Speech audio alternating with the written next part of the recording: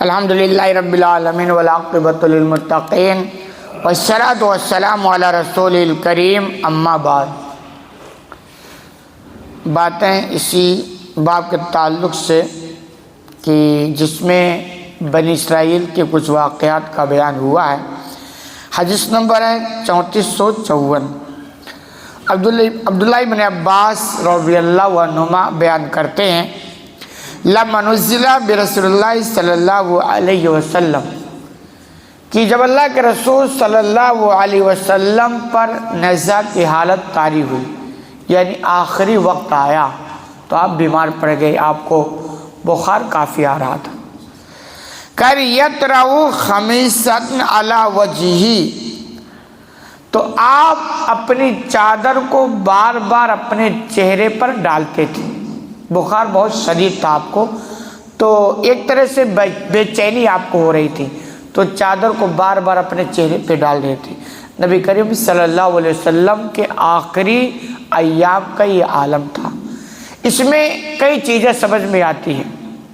ایک تو یہ کہ یہ دنیا ہے، کتنے بھی آپ اللہ کے محبوب بن جائیں تو دنیا کی جو چیزیں ہیں نا، اس سے آپ بچ نہیں سکتے۔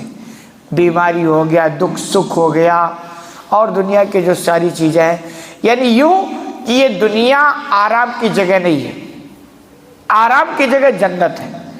دنیا میں آپ ٹینشن فری ہو کر جی نہیں سکتے، ٹینشن فری ہو کر جینے کی جگہ جنت ہے۔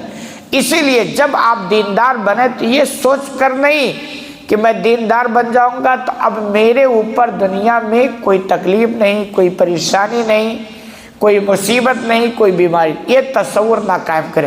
ممکن ہے کہ آپ کے ساتھ زیادہ ہو جائے، کیونکہ اللہ تو اپنے قریبی بندوں کو اور زیادہ آزماتا ہے۔ تو یہ کبھی کبھی ہوتا نہیں، یار میں تو نماز بھی پڑھتا ہوں، یہ بھی کرتا ہوں، وہ بھی، اور میرے مسائل۔ تو یہ سارا میسیج ہے کہ دیکھیے اللہ کے رسول صلی اللہ علیہ وسلم اللہ کے بڑے محبوب، ان سے اللہ کا چہتا کوئی زیادہ نہیں، لیکن آخری وقت میں آپ بھی بیمار پڑ گئے اور بخار شدید تھا۔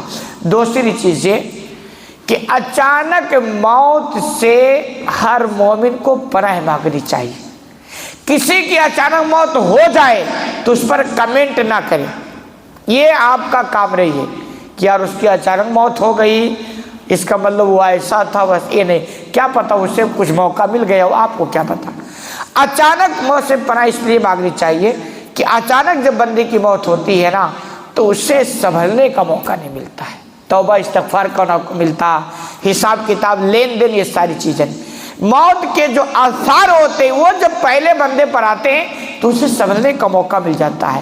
حساب کتاب دنیا بھائی سب کے ساتھ لگا رہتا ہے، لین دین اور توبہ استغفار، یہ ساری چیزیں ہوتی ہیں۔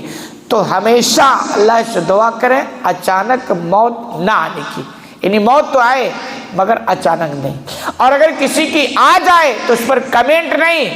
اچانک موت آنے سے پناہ مانگنے کی ریزن یہ ہے کہ بندے کو سنبھلنے کا موقع مل جائے، لیکن ایک بندہ ہمیشہ سنبھلا تھا، اسے اچانک موت آ گئی تو آپ کو کیا پتا۔ آپ کو کسی پر کمنٹ کرنے کی پرمیشن نہیں ہے، لیکن پناہ آپ مانگیں سے۔ تو آپ صلی اللہ علیہ وسلم کو بھی جب وفات ہوئی تو اس سے پہلے آپ بیمار ہو گئے، آپ کو شدید بخار آ رہا تھا کہ آپ بے چین ہو رہے تھے، تو چادر کو بار بار چہرے پہ ڈالتے تھے۔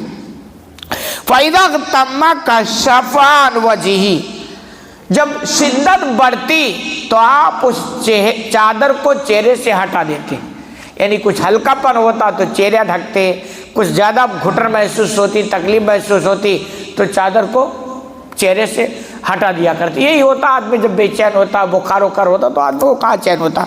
فقال ہوا کذالک، آپ اس عالم میں تھے، یعنی آپ کے بخار کے عالم تھا کہ آپ بے چینی کے عالم میں کبھی چہرے کو چادر سے ڈھکتے تھے اور کبھی کھولتے تھے، اور اسی عین حالت میں آپ نے فرمایا لعنت اللہ علی الیہود والنصارى، یہود و نصارہ پر اللہ کی لعنت ہو۔ اللہ کے رسول صلی اللہ علیہ وسلم جلدی کسی پر جلدی پر لعنت نہیں بھیجتے تھے۔ لعنت بھیجنے کا مطلب کہ یہ خطرناک قسم کے لوگ ہیں۔ تو آپ نے فرمایا یہود و نصارہ، یہود موسیٰ علیہ السلام کے ماننے کا دعویٰ کرنے والے، مانتے ہوتے نہیں، یہ صرف دعویٰ ہے، نصارہ عیسیٰ علیہ السلام کے ماننے کا دعویٰ کرنے والے، ان دونوں پر اللہ کے رسول صلی اللہ علیہ وسلم نے لعنت بھیجی۔ کیوں؟ اتخذوا قبور انبیائہم مساجدا، کہ لوگوں نے اپنے انبیاء کے قبروں کو سجدہ گاہ بنا لی۔ یہ وجہ ہے کہ بیچارے وہ انبیاء جو آئے جنہوں نے بندوں کو دوسروں کی بندگی سے نکال کر اللہ کی بندگی میں لگایا، اور یہ اتنے نالائق ہوئے کہ ان کی ہی بندگی میں لگ گئی، یہ غضب ہو گیا نا، تو اللہ کے رسول نے لعنت بھیجی۔ وجہ کیا تھی؟ یحذر ما صنعوا، تاکہ وہ لوگ جو کچھ کر رہے تھے اس سے آپ اپنی امت کو آگاہ کر دیں، ڈرا دیں کہ آپ کی امت کے لوگ آپ کے ساتھ ایسا نہ کریں۔ یہ حدیث صحیح بخاری کی سننے کے بعد اور امت کے حالت پر نگاہ ڈالنے کے بعد افسوس، یہ تو اللہ کی اسپیشل مہربانی ہے کہ فی الحال آپ صلی اللہ علیہ وسلم کی قبر خرافات سے محفوظ ہے، کیونکہ اللہ نے الحمدللہ ایسا انتظام فرما دیا، تو وہاں تو نہیں چلا۔ لیکن اس کے علاوہ بہت سارے بزرگوں، اولیاء، اللہ والوں کے قبروں کو نہیں چھوڑا گیا، سجدہ گاہ بنا لیا گیا، اور اس کے بعد وہاں جو کچھ ہوتا ہے یہ مسلکی اختلاف نہیں، کسی بھی اچھے کتاب و سنت کے جانکار والے عالم سے پوچھیں گے، کسی بھی مسئلہ کا ہو کہ بھئی قبروں پر، مزاروں پر سجدہ کرنا کیسا، وہ سیدھے کہے گا غلط۔ وجہ کیا؟